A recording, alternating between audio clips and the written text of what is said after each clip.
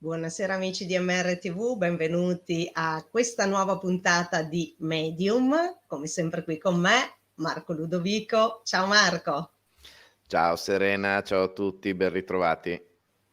ben ritrovato a te Marco. Allora, l'argomento di questa sera è un argomento secondo me particolarmente interessante che riguarda alcuni aspetti, alcune interpretazioni diverse di quello che è il libro più venduto, ma anche più interpretato della storia dell'umanità, almeno da quello insomma che sappiamo oggi, e che è la Bibbia. E quindi andiamo a presentare la nostra ospite di oggi, che è Cinzia Mele. Benvenuta Cinzia! Ciao Serena, ciao Marco, ciao a tutti e grazie per l'invito. Grazie a te Cinzia per aver accettato invece di essere qua con noi. Allora Cinzia, partiamo da questa tua seconda opera in realtà che è La Bibbia, il Regno del Nord. Ma prima di addentrarci su quello che è questa tua ricerca che hai fatto, racconta un po', insomma, ai nostri amici, per chi non ti conosce ancora, come nasce questa tua passione e perché sei arrivata proprio a collegare la Bibbia con il Regno del Nord. Allora, io sono un ricercatore indipendente nel campo dei racconti mitologici che mi hanno sempre molto interessato e incuriosito perché li ritengo fonti storiche che devono essere comprese e che contengono elementi utili a capire la nostra storia più antica.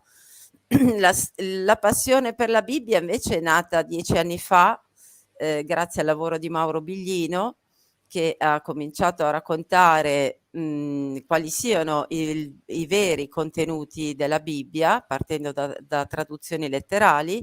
Quindi la mia passione è nata lì e poi l'ho sviluppata andando oltre, perché comunque la Bibbia chiama in causa, un'infinità di argomenti ai quali mi sono appassionata. Quindi la passione per la Bibbia, diciamo, è nata grazie a Mauro Biglino. Beh, insomma, Mauro Biglino che è comunque coautore con te di questi testi, quindi è nata anche Sì, una bella collaborazione oltre la passione, insomma, sì, per questo libro. è nata una collaborazione per un caso fortuito. Quindi, molti anni fa, per puro caso, cercando con Google Earth dei siti archeologici, in particolare cercavo il sito di Sodoma, di cui avevo sentito parlare, in merito a nuove scoperte, perché in realtà non è mai stata rinvenuta questa località.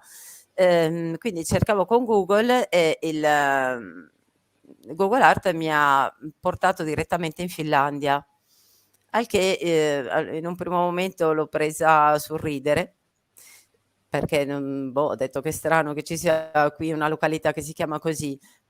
Così, allora ho digitato anche Gomorra e ho visto che c'era anche quella località.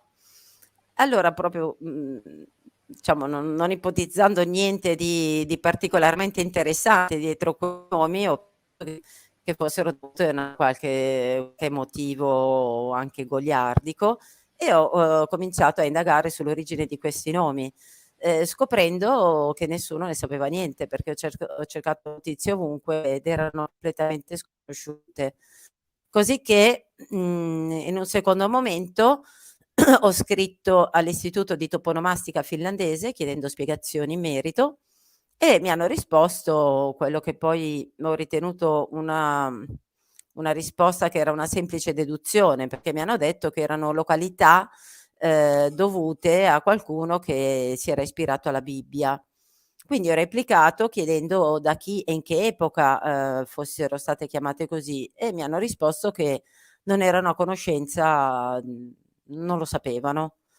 Al che ho pensato che fosse appunto una loro deduzione, che non ci fosse in realtà fonti storiche in merito e ho cominciato a cercare altre località bibliche e ne ho trovate molte, tra cui il fiume Giordano, la Valle del Giordano, il deserto del Sinai, il monte Sinai, ma soprattutto ho cominciato a confrontare, la toponomastica finlandese, anche la morfologia dei luoghi, con il racconto biblico. E ho visto col mio grande stupore che il racconto biblico descriveva in una maniera impressionante, quello che io vedevo in Finlandia. Cosicché, dopo aver anche constatato che gli stessi esegeti dicono che quelle località sono di difficile individuazione, quindi in Medio Oriente non sono mai state rinvenute né quelle né altre connesse al famoso racconto di Sodoma e Gomorra, ho contattato Mauro. E quindi da lì è nato il nostro incontro, a lui ho raccontato quello che qui ho raccontato in maniera molto sintetica, in realtà la situazione era più complessa e lui si è incuriosito come me, dicendo che non era a conoscenza di questa situazione e quindi abbiamo poi, cominciato insieme ad approfondire il tema.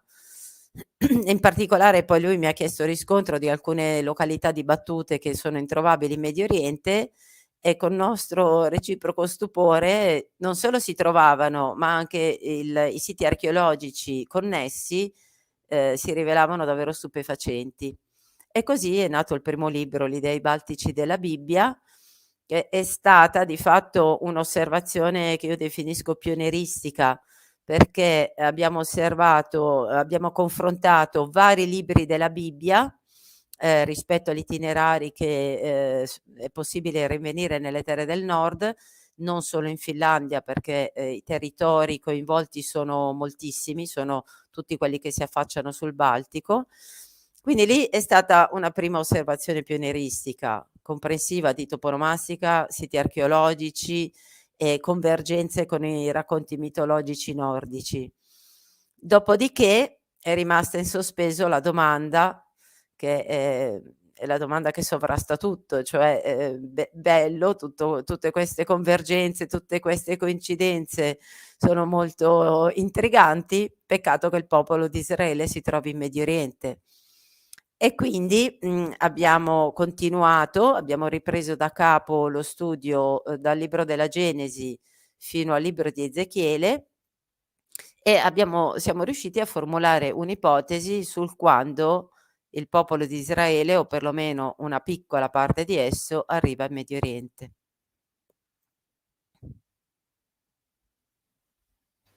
Il microfono ovviamente che avevo avevo Infatti non ti tolto. Infatti mi okay. sono accorta, perché poi inizio a parlare, no, lo stacco, sto lì ascolto e poi ovviamente mi dimentico. Allora Cinzia, partiamo proprio da questo libro, da questo secondo libro che riguarda principalmente appunto la toponomastica, i luoghi, eccetera.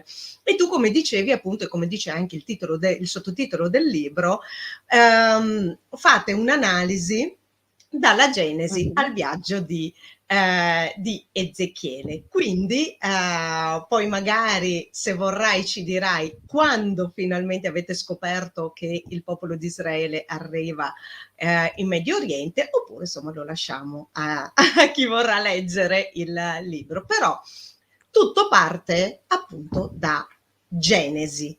E quindi quali sono gli aspetti principali che tu hai riscontrato, tu insieme a Mauro ovviamente, avete riscontrato insomma che sono così collegati tra Medio Oriente e il Regno del Nord, e quindi gli aspetti principali, che ne so, quando si parla di Adamo mi viene in mente la stirpe dei serpenti, mi viene in mente il Gan Eden, come adesso a me vengono in mente insomma questi tre aspetti, però ovviamente tu dici quali sono le cose principali che hai riscontrato, perché tu hai fatto appunto tutta una serie anche di studi proprio di collegamento sulle lingue antiche, quindi di etimologia, di origine di questi nomi. Quindi non è secondo me quel posto lì potrebbe essere, ma in realtà c'è un collegamento vero e proprio anche con tutte le lingue antiche, insomma anche di quei luoghi. Quindi Cinzia, raccontaci un po'. la genesi di tutto A questo. allora, premesso che io mi occupo della Bibbia soprattutto dal punto di vista geografico, quindi non approfondisco questioni teologiche oppure argomenti che ha già trattato Mauro che so essere di estremo interesse, a me interessa particolarmente stabilire il dove.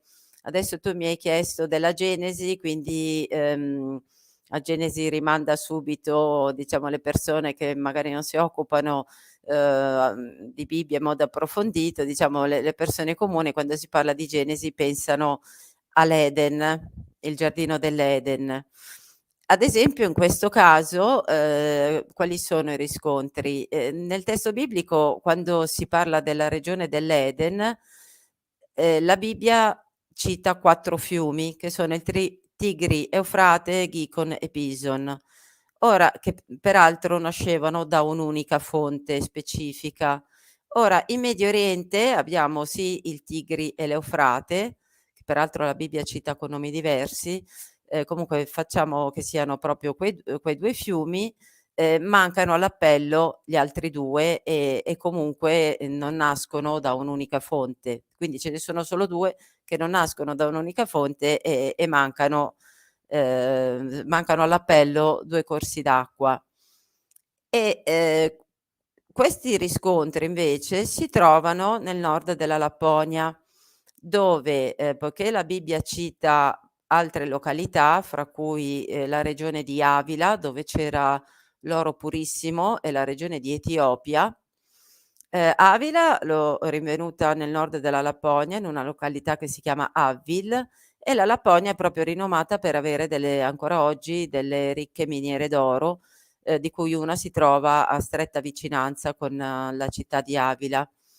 Inoltre, se facciamo un salto di circa 3000 anni e andiamo a leggerci proprio il libro di Ezechiele, lui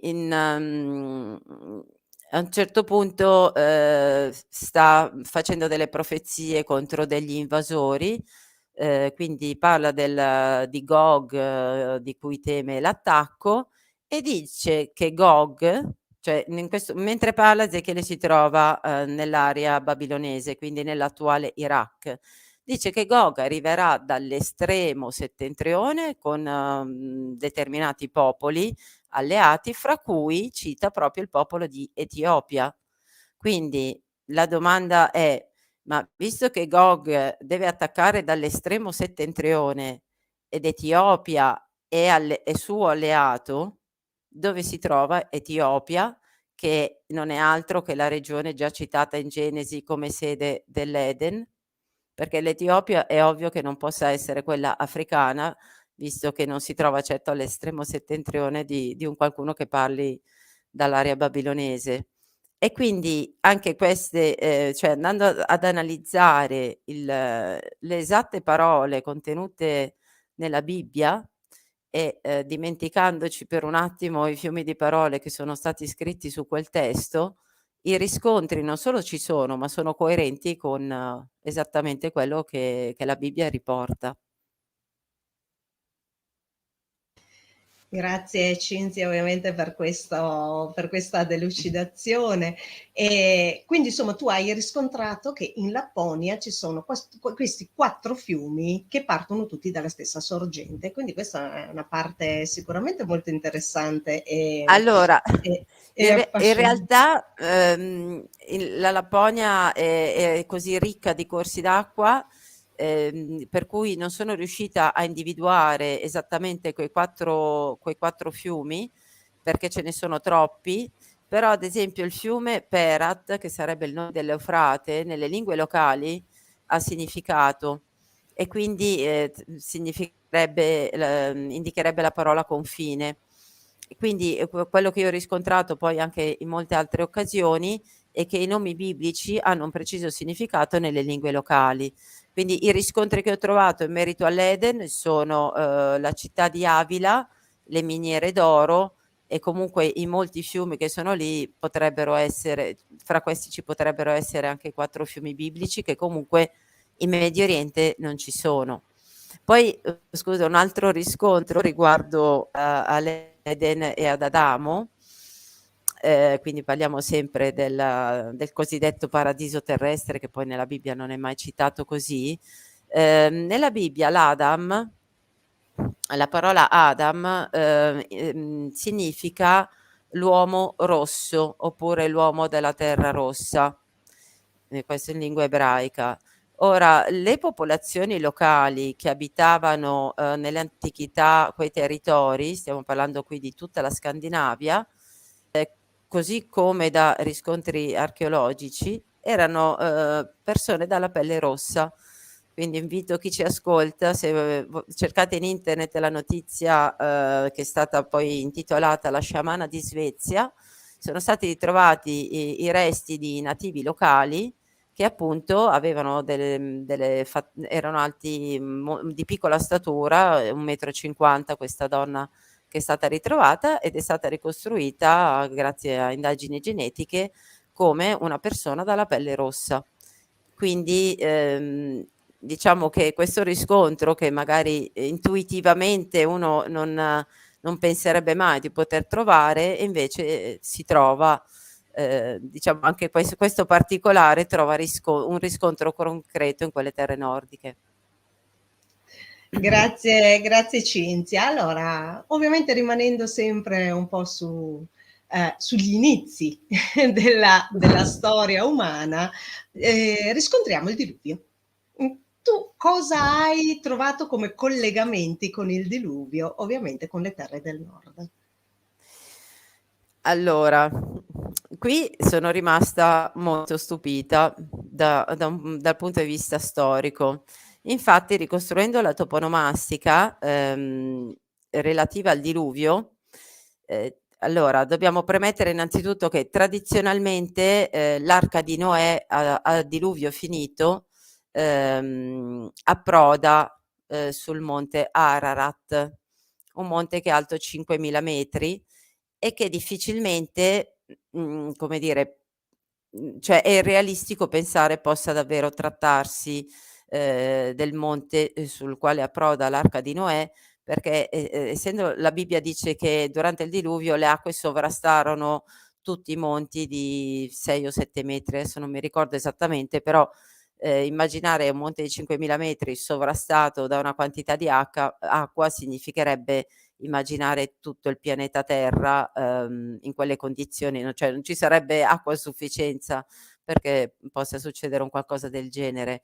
Però ipotizzando che tutto ciò sia avvenuto nel nord e tenendo presente il vero nome dell'Ararat, cioè Urartu, io ho proposto un'ipotesi perché nelle lingue germaniche Ur significa antico, Artu è riconducibile al significato di terra, molto simile a earth in inglese. Quindi Urartu non è altro che l'antica terra. E inoltre in fonti extrabibliche il monte in cui approda l'arca viene chiamato Monte Bari. Tutto ciò io l'ho riscontrato in Norvegia, nei pressi di Oslo, dove c'è un monte che ha quel nome e che è alto solo 60 metri. La cosa che mi ha stupito è aver trovato delle altre fonti storiche del 1700 dove praticamente sono stati fatti degli studi, poi derisi dagli storici di quel tempo, dove altri studiosi hanno collocato l'arca di Noè esattamente negli stessi luoghi in cui li ho collocati io. Purtroppo io questi studi poi non li ho potuti approfondire perché sono stati scritti solo nell'antica lingua scandinava e sono degli studi enciclopedici, però so che qualcuno in passato è arrivato alle stesse conclusioni a cui sono arrivata io studiando l'attuale toponomastica. Che è strano, Cinzia, perché non succede quasi mai. Ho perso Marco. Mi senti? Mi senti, Cinzia? Serena, tu mi senti? Serena, tu il microfono non chiuso. non ti sento e Marco non c'è più. Serena, il microfono chiuso. Sì, scusami, io avevo il Ok. microfono chiuso, Cinzia. Allora, Marco, lo senti, Ok. Marco? Riesci a sentirlo, Marco, No, adesso? non lo Ok, sento e non lo vedo. e non Oh. so il motivo, però eventualmente chiedo a questo punto di fare a Serena da tramite, vediamo. Sì? Allora ti faccio io Dicevo, da tramite, Cinzia. Vai, Marco, e Ok, poi dicevo, riporto. strana questa cosa dimmi che tutto, sono siano tutto state orecchi. derise le vecchie ricerche che facevano ipotesi diverse, perché non succede quasi mai. Vediamo anche oggi che chiunque provi ad avanzare qualche nuova tesi, pur supportata da fatti, dati, ricerche, alla fine vediamo che la storia è molto ciclica da questo punto di vista. E quindi volevo chiederle se anche lei si è imbattuta negli integralisti dell'opposizione al nuovo, quindi dove anche solo un'ipotesi è blasfema. Allora, Cinzia, Marco ci chiede, a parte che è molto strana questa cosa, però anche in questo caso, ovviamente c'è sempre qualcosa che quando si riporta o si scopre qualcosa di nuovo, c'è comunque una resistenza ad accettarlo. E allora con questa ricerca di cui tu hai appena parlato, tra l'altro insomma che qualcuno in passato era giunto alle tue stesse conclusioni, chiede Marco se ti sei imbattuto anche tu in integralisti che non vogliono accettare queste nuove ipotesi. Intanto chiamiamole ipotesi, in realtà sono delle ricerche vere e proprie che hanno un fondamento. Allora, gli integralisti, come li chiami tu, non mancano di certo, perché molte persone si sono, così, diciamo così, hanno ritenuto questo lavoro quasi una provocazione. Io in realtà, come mi baso sulla ragione, io studio i dati contenuti nella Bibbia, in questo caso dati geografici, ma non solo, e constato che applicandoli al Nord Europa tutto combacia. Io capisco che tutto ciò possa sembrare incredibile e molte persone mi hanno detto con molta franchezza: vabbè, sono migliaia di anni che fior studiosi si studia il testo, adesso arrivi tu e cambiare la storia del mondo. E guarda, io non so che cosa dire a queste persone. L'unica mia speranza è quella che ho proposto, ho detto leggete il libro, vedete quali sono i riscontri e poi casomai ne parliamo. Perché la verità è che in Medio Oriente, soprattutto dal punto di vista toponomastico e anche archeologico, manca molto. Noi naturalmente, sia io che Mauro, siamo dell'idea di lasciare sempre la porta aperta al dubbio e il fatto che attualmente manchi quella toponomastica citata nella Bibbia potrebbe avere molte spiegazioni, ovviamente. Visto il tempo trascorso, i toponimi potrebbero non esistere più, essere stati cambiati nel corso dei millenni, quindi noi non stiamo vendendo nuove verità. Però la questione, secondo noi vale la pena essere approfondita, anche perché questi toponimi che io rinvengo nel Nord Europa sono sotto gli occhi di tutti, quindi quelli sono luoghi abitati, i toponimi sono lì oggi e io mi sono chiesta per quale strano motivo non siano di dominio pubblico. Perché, E questa è una bellissima domanda. quindi già Ovviamente. questa è una domanda che non può essere elusa, cioè i toponimi sono lì. Per quale motivo nessuno è a conoscenza di questa situazione? Esatto. Quindi, tra l'altro la cosa ancora più intrigante è che è possibile ricostruire nel nord gli itinerari biblici che sono molto dettagliati. E quindi questa è un'ulteriore domanda, cioè se qualcuno avesse ricostruito, artificiosamente quella toponomastica, come qualcuno ha voluto, ipotizzare, dovrebbe aver fatto un lavoro veramente ciclopico, perché ricostruire una toponomastica su territori che sono ampi un quinto di tutta l'Europa, non è uno scherzo, comporterebbe un lavoro incredibile, un dispendio di energie immenso. E poi comunque ci sono dei siti archeologici che sono incredibili. Ad esempio, guarda, te ne voglio citare uno perché è stato il primo che ho trovato ed è anche stato il momento in cui ho pensato che quello che io stavo osservando valeva la pena essere studiato. C'è una località che si chiama Asiongaver che teoricamente dovrebbe essere collocata in cima al Golfo di Aqaba. In questa località affondarono le navi, anzi si sfasciarono le navi del re Giosafat, il quale aveva intrapreso un viaggio che partiva da Tarsis, passava per Asiongaver per poi andare nella terra di Ofir.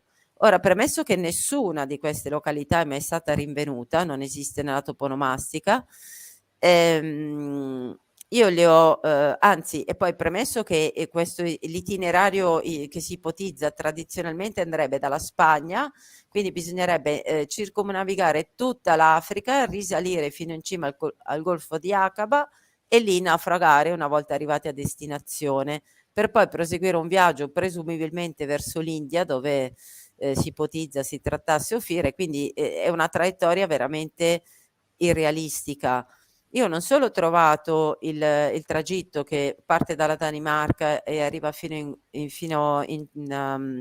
alla fine dell'Ostrobotnia, ma a metà di questo tragitto c'è la località di Asion Kvar, che assomiglia molto a Asion Gaver, e lì l'archeologia ha rinvenuto migliaia di relitti navali che giacciono sul fondo marino perché è un'area dove le acque marine sono molto basse e ci sono rocce affioranti, quindi non solo si trovano i nomi, ma si trova anche una realtà a livello morfologico e anche a livello archeologico che rispecchia in modo impressionante quello che dice la Bibbia.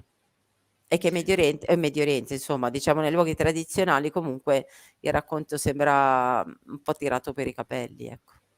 Ma in effetti, Cinzia, tornando al discorso, no, della toponomastica, così tanti dicono, vabbè, anche per esempio York, New York, Ah, sì, sì. Venezia, Venice, eccetera. Sì, Però sì. in realtà non rispecchiano esattamente, New York non rispetta, non è una ricostruzione, diciamo così, di York, e Venice non è una ricostruzione di Venezia. In realtà, diciamo che sono nomi che sono stati dati un po' per, come posso dire, perché si ha una passione, chiamiamola così, concedetemi il termine anche se non è corretto, per questi posti, ma in realtà non combacia poi ovviamente il discorso territoriale, il modo con cui sono state costruite.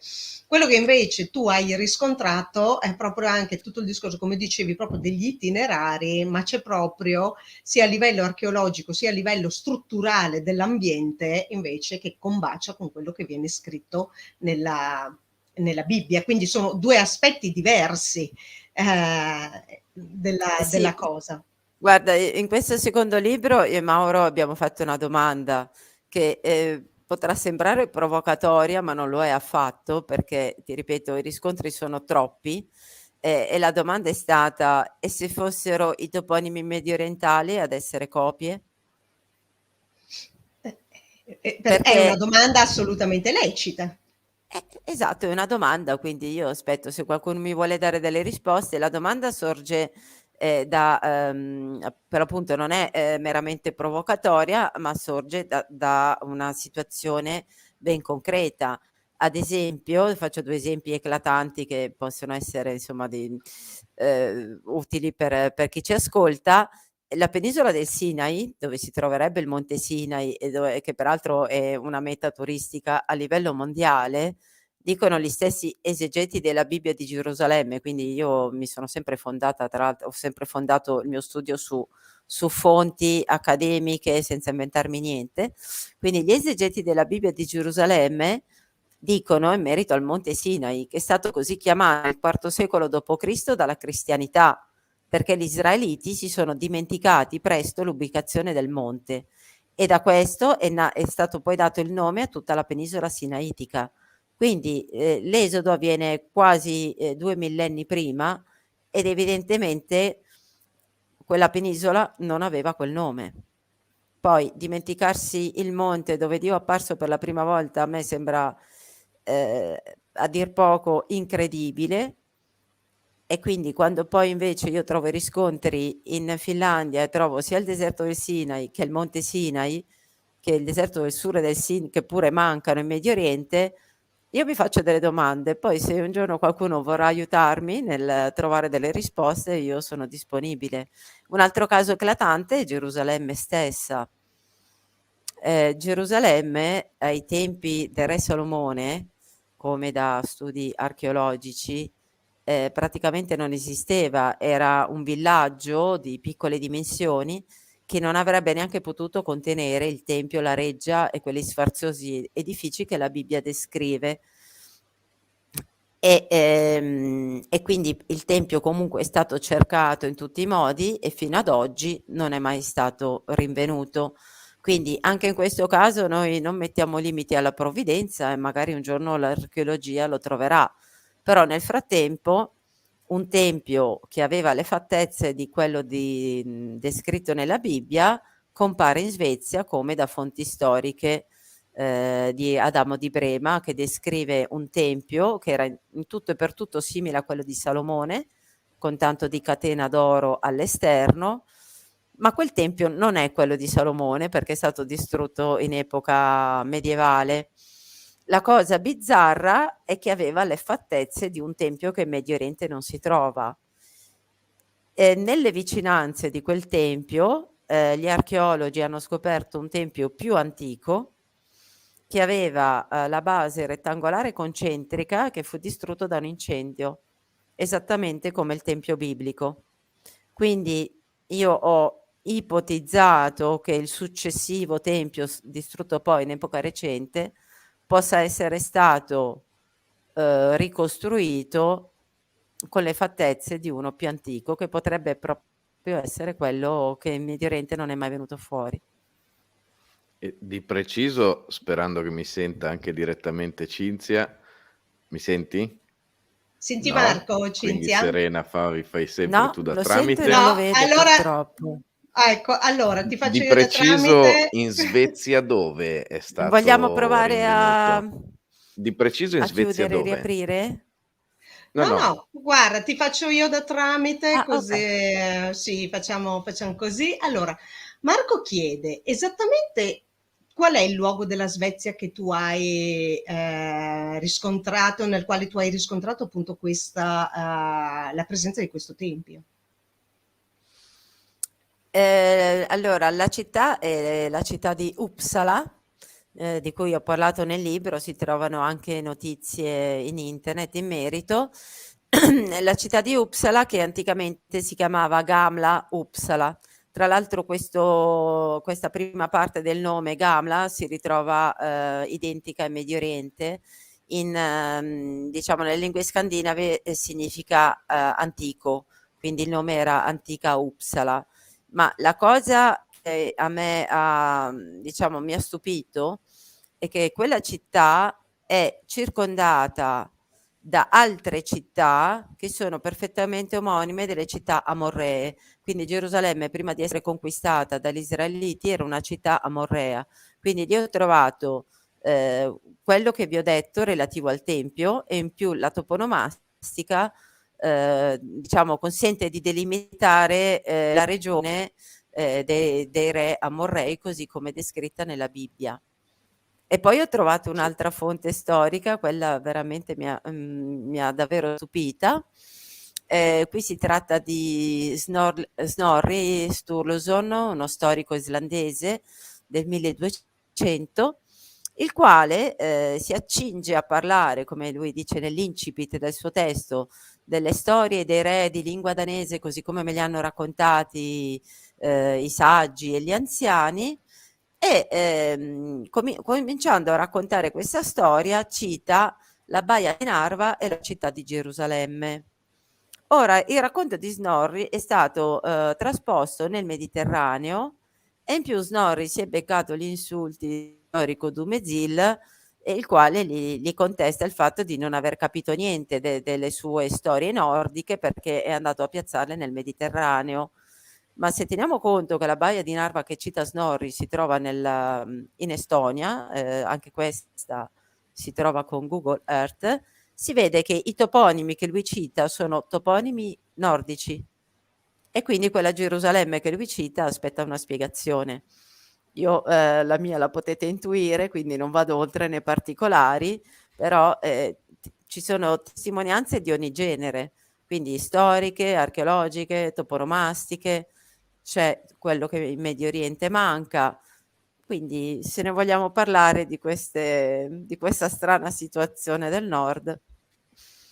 Ultima domanda flash, Serena, se mi fai da tramite. Sì, Si c'è è... un'altra domanda da parte di Adesso Marco, adesso te la la ti senti? sento, adesso Sono ti apparso, Fantastico! sento e ti eccomi. vedo. Eccomi. Ottimo!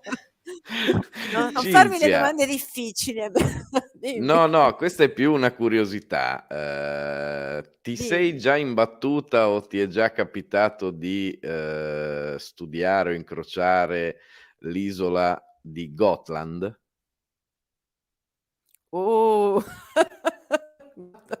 Mi fai una domanda? L'isola di Gotland è qualcosa di fuori dal mondo. Ne parlerò poi nel prossimo. Ma avevi delle curiosità Bene, specifiche allora in vedi. merito? No, beh, allora noi in particolare come Movimento Roosevelt e in MRTV abbiamo il nostro grandissimo Gianfranco Carpeoro, che ha fatto Mh-mh. studia principalmente simboli e Mh. in romanzi piuttosto che anche in molti seminari ha parlato di questa isola e di come poi possa aver influito anche fino all'epoca addirittura medievale, appunto con i famosi Goti, che hanno qualche nome Esatto. simile. E quindi ero curiosissimo, visto che eravamo in zona geografica, di vedere se si erano incrociate queste due strade. E quindi Sì, sarò guarda ancora più nell'isola curioso di vedere il secondo libro a questo punto. sì, l'isola di Gotland diventerà la protagonista del prossimo. Guarda, è un territorio veramente affascinante che rivela un'antichità vera misteriosa. Tra l'altro penso che sia uno dei posti della terra più ricco di quei famosi labirinti che si trovano un po' ovunque e che alcuni studiosi sono associati ai cosiddetti Atlantidei. E l'isola di Esatto. Gotland ne è ricchissima, sì. Tra l'altro ci sono anche gli stessi nella penisola di Kola, che praticamente se immaginavi come un pane da coda, così per capirci in semplicità, e anche lì ci sono delle testimonianze archeologiche che parlano di un mondo perduto e che io penso volutamente non è mai stato indagato. Dà Grazie Cinzia. Beh, fastidio, il nord insomma, dà fastidio. Cinzia intanto ci ha dato un piccolo spoiler sul prossimo libro e allora io ne approfitto già per dirti, beh, ti vogliamo qua poi quando uscirà il prossimo libro per darci tutte queste indicazioni e così magari anche Promesso. Marco vedrà soddisfatta la sua curiosità in merito, che poi è bello anche poter appunto collegare questi due aspetti degli studi, delle ricerche che stai facendo tu con quelle che ha fatto poi Gianfranco. È molto interessante. Sarebbe bello anche magari incrociarle. Poi già Intanto, solo con il Ah sì, poco sì. che ha detto, labirintico, cioè esatto. si apre proprio un calderone immenso. Io Ma voglio assolutamente una copia appena guarda, disponibile, proprio anche solo con le pagine pinzate, subito la pago qualsiasi cifra. sì, Bellissimo. guarda, Quindi, siccome è come si dice, chi vuole intendere intenda, perché poi non vado oltre, in Norvegia, anche nell'isola di Gotland, sono stati trovati, reperti romani non frutto di scorribande o saccheggi, ma proprietà che li detenevano, comprese tombe di gente altolocata, che sono appunto state rinvenute in Norvegia. Quindi qui non vado avanti perché sennò diciamo troppe Spoileriamo cose. troppo il Però prossimo, quindi no, guarda, ho fatto già un accenno in questo libro, però immagino che si capisce quale possa essere l'argomento del prossimo. Fantastico. E allora dai, torniamo a questo, così insomma, intanto concentriamo la curiosità su questo libro. Senti Cinzia, io volevo chiederti cioè, di parlarci di 3 nomi. Abramo, Ismaele, Israele. Insomma, Ah. cosa puoi aver collegato tra il Medio Oriente e il Nord con questi 3 nomi? Allora, premesso che ci sono, alcuni esegeti che negano, come dire, l'esistenza dal punto di vista storico di Abramo. Quindi anche in merito al padre del popolo eletto, ci sono dei dubbi, anzi molti dubbi, visto che gli stessi esegeti li sollevano. Allora, per quanto riguarda Abramo, ho rinvenuto in Norvegia, le località che sono riconducibili alla sua diciamo alla prima parte della sua vita, che sono, Padan, Aram e soprattutto Harran, che è il luogo in cui lui si, trasferisce ed è il luogo in cui dove, l'Onnipotente gli dirà, "Lascia la tua terra e vai in terra di Canaan". Quindi io ho rinvenuto questi luoghi e lo spostamento poi in terra di Canaan, significa nel nord lo spostamento nel sud della Finlandia, dove ci sono innumerevoli toponimi con quel nome in lingua finlandese, cioè Canaan, Maa, che tradotto, significa esattamente terra di Canaan. Quello che mi ha veramente stupito riguardo Abramo riguarda l'etimologia del suo nome. In lingua ebraica, Abramo in un primo momento si chiama Avram e poi successivamente Dio gli cambia il nome in Avraham, cioè con una H in più rispetto al precedente, e fanno notare gli esegeti che a questo cambio di nome non corrisponde un cambio di destino, perché in ebraico questa parola viene interpretata come, padre di molti, padre di una moltitudine, ma il significato rimane lo stesso sia prima che dopo. E quindi appunto gli esegeti sottolineano, chiamiamola, questa stranezza.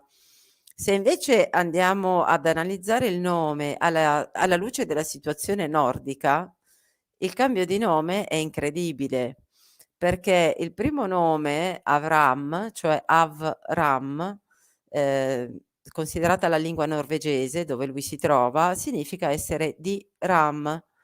E cosa significa essere di Ram? Ram è il fiume che scorre proprio nella città di Arran norvegese.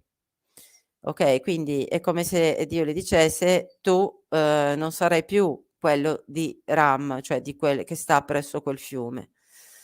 Il cambio di nome alla luce della lingua finlandese, che è la terra dove lui si trasferisce dopo, cioè Raha con la H iniziale, quindi da Avram a Avraham, significa, soldi, ricchezza.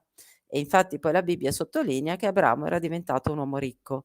Quindi io ho dei riscontri non solo toponomastici, ma anche relativi alle antiche lingue locali dei rispettivi territori.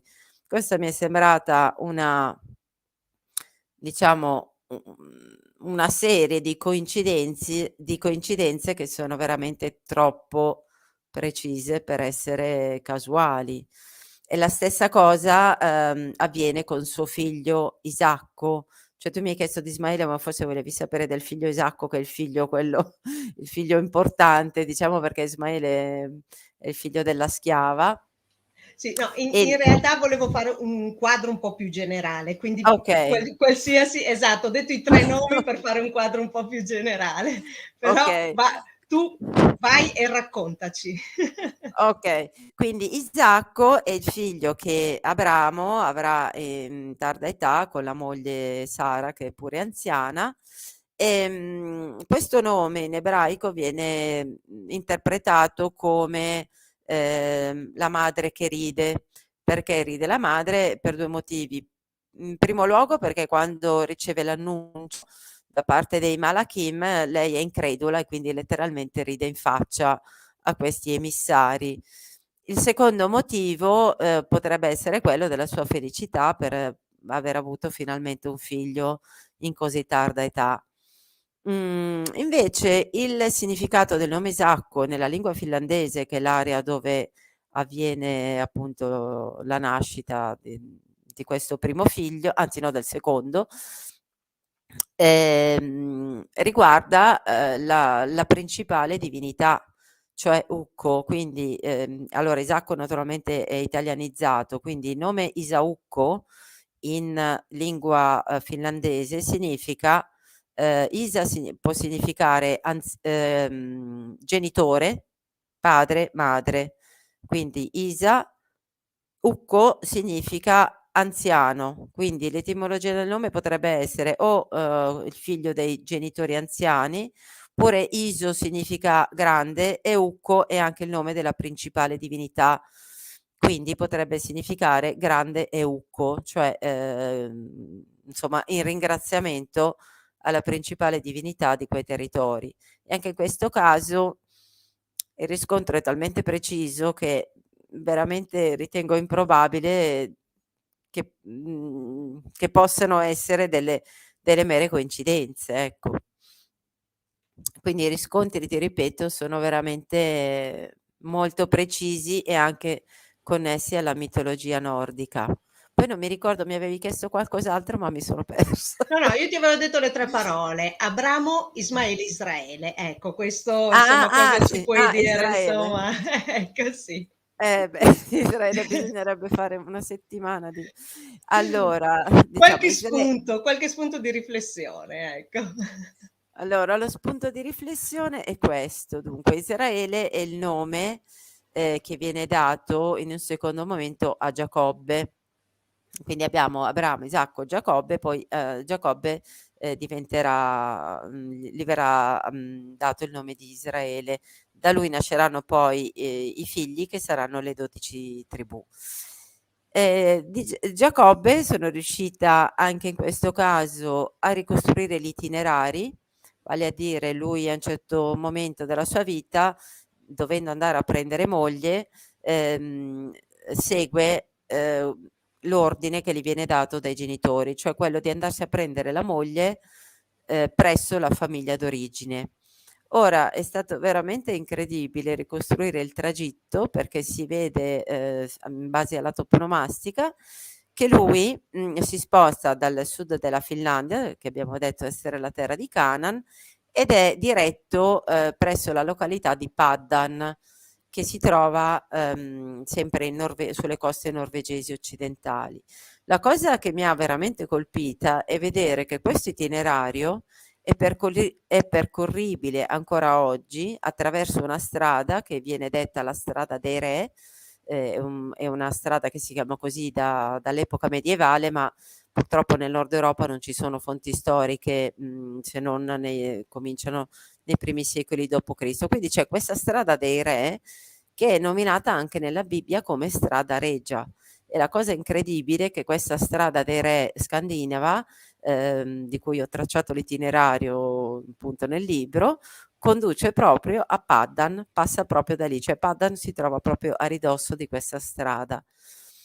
Ed è incredibile anche che nella mitologia norrena quest'area della Norvegia viene chiamata, da Odino, la terra degli dei. Cioè, praticamente Odino parla di 2 territori, uno nel quale sono stanziati gli dei, l'altro in cui sono stanziati i giganti, 2 territori che sono limitrofi. Ora, siccome i territori dei giganti, si possono rintracciare nella parte orientale della Scandinavia, io ho pensato che gli dei stessero nella parte occidentale, quindi ho chiamato quella parte la terra degli dei. E Giacobbe va a prendere moglie proprio lì, nella terra degli dei. E quindi poi il racconto è molto lungo per spiegarlo fino in fondo, però è particolare notare che le radici del popolo di Israele, se parliamo del nord Europa, affondano in una terra dove dimoravano gli dei, e questo fa di loro una stirpe molto speciale. Oltretutto loro erano molto attenti a mantenere intatta questa stirpe, perché Abramo è sposato con la sorellastra e il figlio Isacco, così come Giacobbe, vengono invitati dai rispettivi genitori a prendere moglie all'interno della famiglia, e quindi loro sposano delle cugine che sono più che cugine, perché sono tutte figlie di matrimoni incestuosi che vanno avanti da tempo. Come dire, volevano preservare la loro peculiarità. Si dice infatti anche la linea di sangue, no? Si dice Chiamiamo anche così. sì, Ecco, esatto. chiamiamola anche così. Chiamiamola così. Cinzia, ci stiamo avviando in conclusione, quindi ovviamente Okay.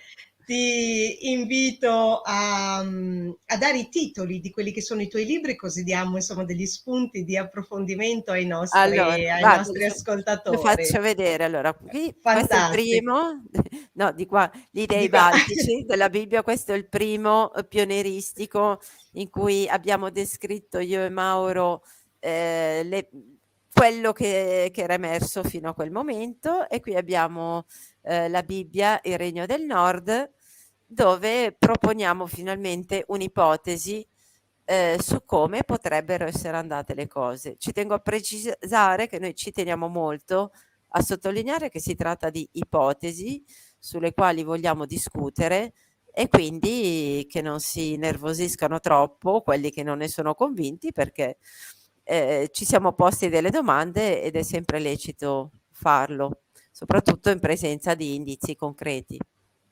E questo è assolutamente, secondo me, la cosa più bella, perché sviluppa comunque quello che è il pensiero critico, il modo di pensare proprio, la ricerca, e quindi insomma, secondo me, come dice appunto Mauro, la mente aperta. Ecco, Sì, lui lo manteniamo dice, questo esatto, in esatto. questo modo. Allora, Cinzia, io ovviamente dico anche che i libri sono stati editati da Uno Editori, quindi ne approfittiamo anche per Certo, lo salutare Pravat. ringraziamo. Esatto. Ciao Prabhat. Esatto, e ringraziamo ovviamente anche Mauro per questo, insomma, contributo al tuo grande lavoro. A questo punto chiamo Marco, che si è un po' eclissato per È le scappato? No, sono qui, conclusioni. sono qui. Ecco. No, ho visto che Marco, ci a sono te dei qualcosa? problemini di linea, quindi cerco di caricare meno immagini possibili a schermo, perché così almeno facilita la fluidità delle immagini. No, io non posso che ribadire che sono assolutamente già prenotato per la primissima uscita della primissima copia disponibile, e adesso mi vado a recuperare anche gli altri nel frattempo. Allora, grazie Marco. Allora, grazie a tutti coloro ovviamente che ci hanno seguito, che ci seguiranno. Grazie di cuore a Cinzia per essere stata qua con noi oggi a darci questi bellissimi spunti di riflessione, di approfondimento, di ricerca. Quindi Cinzia, con l'invito ovviamente di averti qua di nuovo. Volentieri, grazie a voi. Grazie Serena, grazie Marco. Un saluto a tutti. Grazie a te, grazie ovviamente a Marco, e come al solito allora Marco, sigla.